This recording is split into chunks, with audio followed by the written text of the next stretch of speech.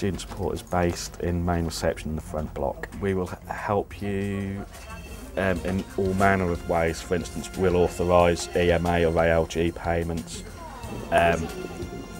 We'll advise you whether or not you're entitled to Learner Support Fund. We'll help you with finding accommodation should you need it. We'll help with transport queries. Most students that we get are from school, obviously, and they have marketing go into the school and give out information, and also there's the connections who would advise them to us.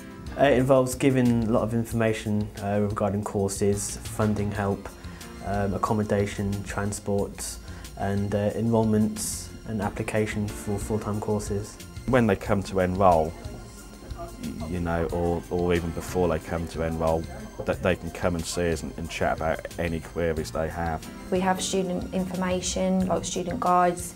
We have websites. I mean, obviously, when people come in to see us, if they have problems filling in their application, we'll help them with that. There's various ways that we'll help students with funding, really. I mean, we have things like level 2 and level 3 entitlement.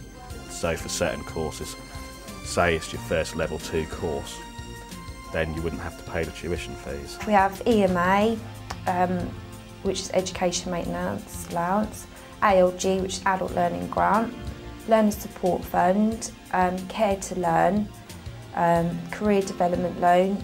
Also, if you're on a means tested benefit, you would then get a discounted fee for your course. Adult Learner Grant, which is for students aged 19 years and over, similar to EMA, weekly payments during term time, and Learner Support Fund, which can help pay towards things like equipment costs, travel costs and registration fees. A lot of students can deal with those sort of things themselves, but then an awful lot can't.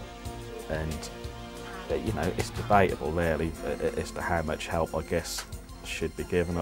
In some ways you would probably say that if we gave less help we'd be better preparing them for the outside world, but in other ways you'd say that the time they'd spend dealing on that would be time that they couldn't spend focused on their courses. The support we offer to students for home life we have an advisors service who we have 3 advisors who live in a separate office to us, and they're available to speak to about all sorts of issues regarding troubles with parents,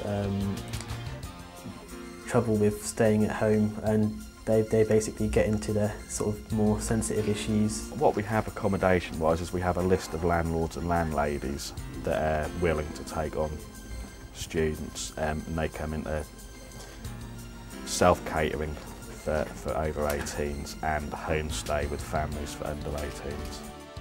Most students sort of like travel to the college by bus, really, so we have Lincolnshire and Cambridgeshire send us their bus passes. We give the students living in Norfolk the contact details for Norfolk County Council, and we also advise them that they may be entitled to help towards the cost of that with the Learner Support Fund.